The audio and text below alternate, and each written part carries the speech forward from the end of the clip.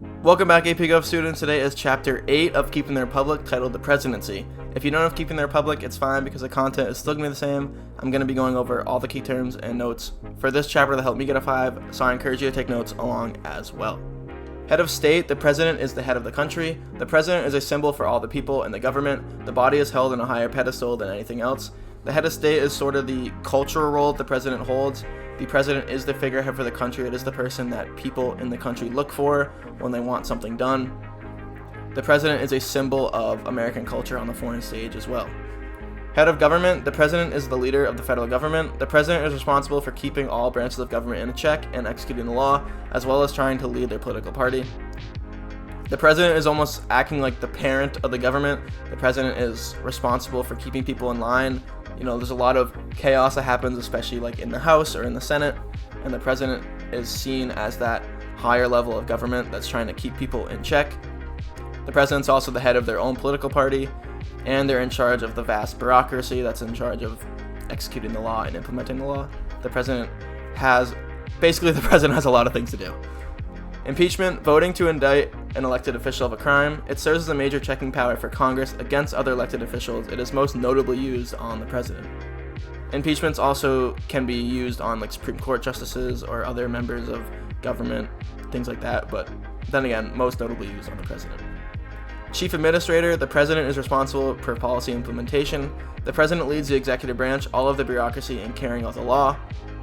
In my opinion, I think the members of the cabinet and the top levels of bureaucratic institutions are like the most important for leading the executive branch or for executing the law and doing what the executive branch is designed to do, which is like implementing, deciding how to achieve the goals outlined in certain laws.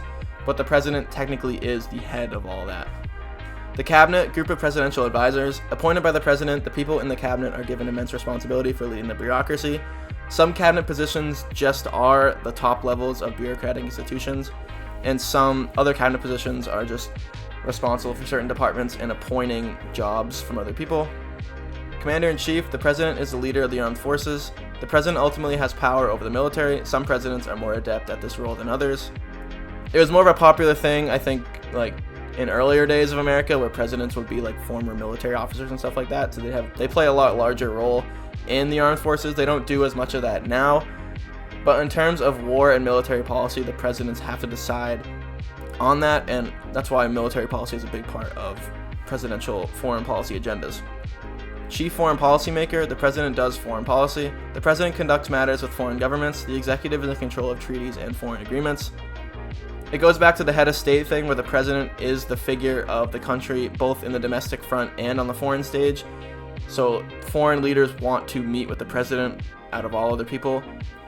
The executive branch is in charge of like sending delegates and stuff like that to other countries, but it's an important foreign meeting when the president goes out to meet with somebody. Presidential veto, the ability to veto bills that come out of Congress. The president can issue vetoes on bills they do not agree with or does not match their agenda. Some presidents use the veto a lot more than others. I think in the modern era it's used quite a bit, but not as much anymore because there are lots of like deals and compromises that are made to avoid the president from just vetoing every single thing. But it is a very powerful thing.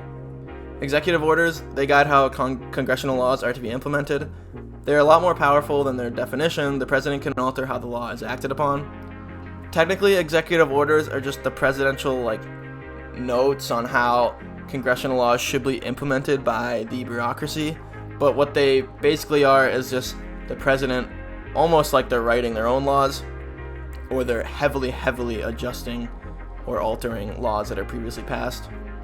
I think one great example of this is like immigration policy. There are immigration laws and ways that the border should be handled, but Biden versus Trump have very different executive order texts on how the border should be handled.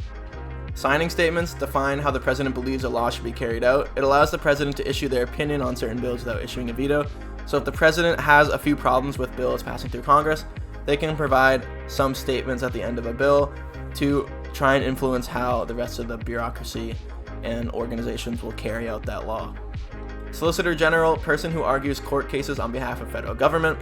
So any case that's US v whatever or something v US, it's argued by the Solicitor General on behalf of the federal government. The person appointed by the president represents the federal government in cases filed against U.S. government.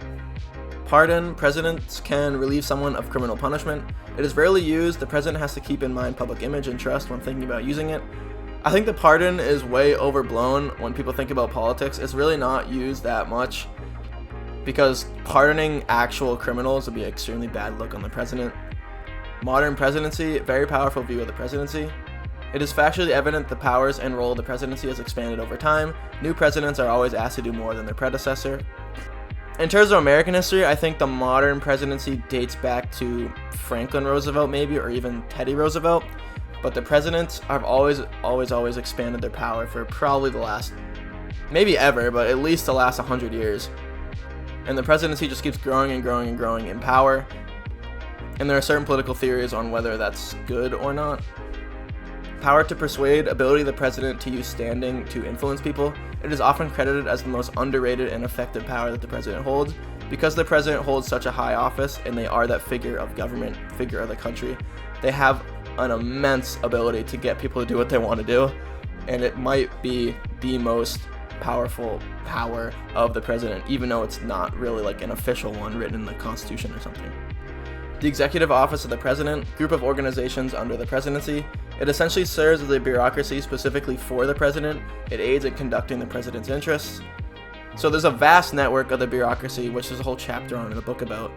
That's all the organizations, executive organizations in charge of carrying out the law. But the presidency has its own group of organizations that just help the president do what they need to do. Office of Management and Budget, body that helps craft and implement the budget. This body is critical in helping the president put forth its plan for the federal budget. It evaluates the performance of past bodies and programs and considers how to allocate the budget in the future.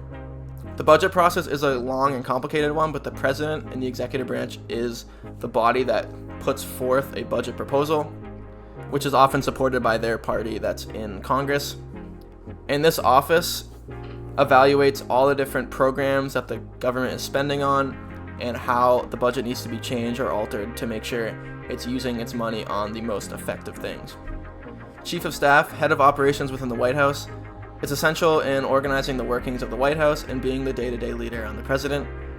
A lot of presidents will go through lots of chiefs of staff because the chief of staff takes the blame for when things go wrong usually. Presidential style, the image of the president. It is the concept surrounding the cultural side of the presidency. The importance of the president maintaining a good image cannot be understated. The most popular presidents of all time have their own sort of style.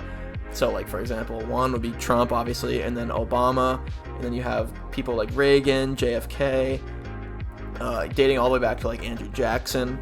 Presidents that really put themselves out there and have their own personality and put their own spin on what it means to be a president become the most popular, seemingly, or the most notable in American history. And that's a wrap. Thanks for watching. I'll see you in the next chapter, and goodbye.